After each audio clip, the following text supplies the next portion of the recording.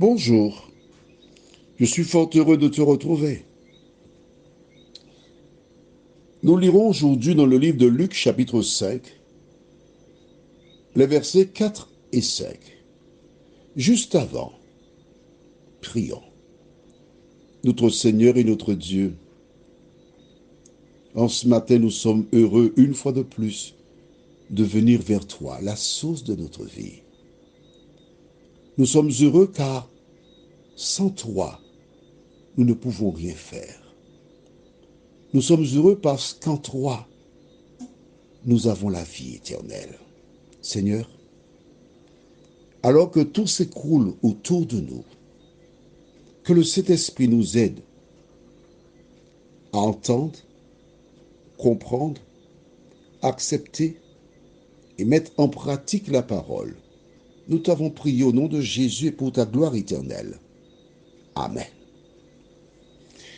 Tu te rappelles donc que Jésus a réquisitionné la barque de Simon. Il s'est éloigné du rivage et il enseignait.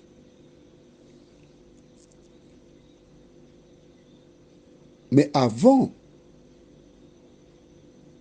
d'entrer dans la barque, nous avons noté que les pêcheurs lavaient leurs filets. Je t'expliquais que s'ils lavent leurs filets, c'est parce que les filets étaient sales. Lisons maintenant les versets 4 et 5. Lorsqu'il eut cessé de parler, il dit à Simon, avance en pleine eau et jetez vos filets pour pêcher. Simon lui répondit, Maître, nous avons travaillé toute la nuit sans rien prendre, mais sur ta parole, je jetterai le filet. Ok? Maintenant, je te raconte ce que nous venons de lire. Mais si, tu aimes les histoires, tu aimes entendre ça, pas vrai?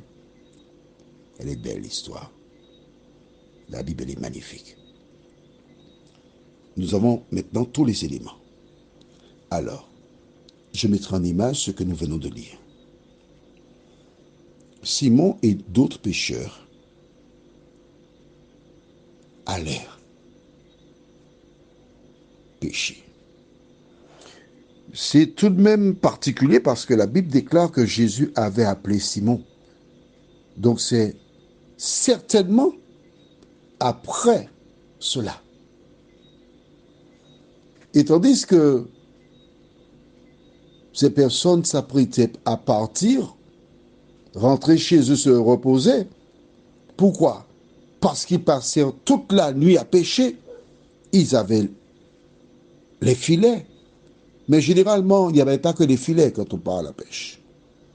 Il y a toujours des cannes à pêche. Chaque fois qu'on jetait le filet, il fallait faire remonter. Rien. Je veux croire que ces hommes, parce que ce sont des Hébreux, ils croyaient en Dieu. Je veux croire qu'avant de partir, ils ont prié. Avant de jeter le filet, ils ont prié.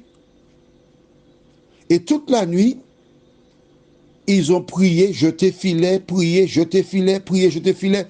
Ils n'ont rien pris. Échec. Ils devaient certainement se poser des questions. Mais comment est-ce possible? Pourquoi nous ne prenons pas de poisson? Quand dans ta vie tu rencontres des difficultés, des échecs, tu dois te poser la question, mais pourquoi? Qu'y a-t-il? Seigneur, ouvre mes yeux afin que je voie, que je comprenne. Les premiers rayons du soleil commencèrent à grimper dans le ciel. Les merles commencèrent à chanter. Quand ces hommes fatigués rejoignirent la rive. Parmi eux, il y avait certainement un qui dit allons chez moi. Mon épouse fait très bien le pain au beurre et du chocolat. Nous allons nous ravitailler. D'accord. Et quand ils sont arrivés au bord de la rive, ils lavent leur filet. Il y a du monde. Des personnes posent des questions. Vous avez du poisson, balaou, qu'est-ce qu'il y a? Du thon, carang, parce qu'il y a du monde. Les personnes sont venues voir Jésus, mais ils profitent. Puisqu'il y a 2 barques de pêcheurs, on va profiter pour acheter du poisson si Jésus ne fait pas le miracle. Et on va manger un bon poisson grillé avec la sauce au chien. Attention, ce n'est pas un chien qu'on prend pour faire la sauce, non. C'est une sauce spéciale aux Antilles. Alors renseigne-toi avant. Laisse les chiens tranquilles. Hein? D'accord.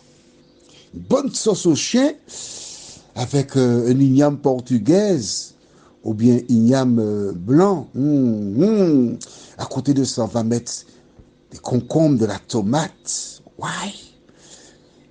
Et on va commencer le repas par une belle tranche d'ananas, prendre le sucré. Toujours, lorsque tu manges, toujours prendre le sucré avant le repas. Le seul fruit qu'on peut consommer après le repas, c'est l'ananas. Mais tout le sucré, tu vois, on est à l'envers. Le sucré, on doit le consommer avant le plat de résistance. D'accord. Et les gens posent des questions. Vous avez du poisson? Non. Parce que ceux qui habitent un peu en campagne, ils achètent du poisson qu'ils font sécher, qu'ils peuvent manger dans la semaine. Ils sont déjà près du lac. On va profiter, mais il n'y a pas de poisson. Ils veulent aller dormir, mais Jésus s'est installé dans la barque, il est en train d'enseigner. On ne peut pas lui dire, Seigneur, on est fatigué. Monsieur. À quelle heure il va finir son affaire là? J'ai besoin d'aller me reposer. Ils sont là, ils sont assis dans la barque. Ils sont en train de pêcher les écrevisses, la tête pas en avant parce qu'ils sont fatigués. Ils n'ont pas dormi de la nuit. Et finalement, ils entendent le mot de la fin. Enfin, on pourra aller dormir. Mais, que se passe-t-il? Verset 4. Lorsqu'il eut cessé de parler, il dit à Simon, avance en pleine eau et jetez vos filets pour pêcher. Monsieur. Ouais, mais qu'est-ce qui arrive là? C'est quel scénario? Certains fatigués, on a besoin de dormir. Le gars nous a gardés là, tout ce temps-là, et maintenant il nous dit d'aller jeter. Toute la nuit, on a pêché là. Il n'y a rien, on n'a pris aucun poisson. On dit, allez. Heureusement, ce n'est pas à moi qu'il a dit ça, c'est à Simon. Et Simon de dire, verset 5, Maître, nous avons travaillé toute la nuit, sans rien prendre. Aie pitié de nous. Pourquoi tu nous dis ça? Mais il n'y a pas de poisson là. Mais, sur ta parole, je jetterai le filet. Je m'appuie sur ta parole parce que tu m'as dit d'aller jeter. D'accord. Ça ne correspond pas. Ça ne correspond pas. Parce que toute la nuit, on a pêché, on a travaillé, on n'a pas joué. On n'a pas de jeu de domino ni de belote. Mais sur ta parole, je jetterai le filet. Prions. Notre Seigneur, notre Dieu, nous avons essayé bien des fois de chercher des solutions et nous avons connu échec sur échec, échec après échec.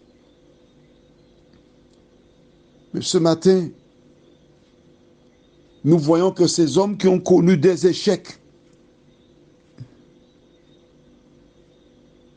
et Pierre de dire, Seigneur, sur ta parole, notre Dieu, notre Père, nous aussi, nous te demandons de nous aider à nous rappeler de la phrase que Marie énonça aux serviteurs. Faites ce qu'il vous dira. Maintenant, voici Pierre qui dit, sur ta parole, Seigneur, plus que jamais, aide-nous à bâtir notre vie sur ta parole. Nous t'en prions, au nom de Jésus, et pour ta gloire éternelle. Amen.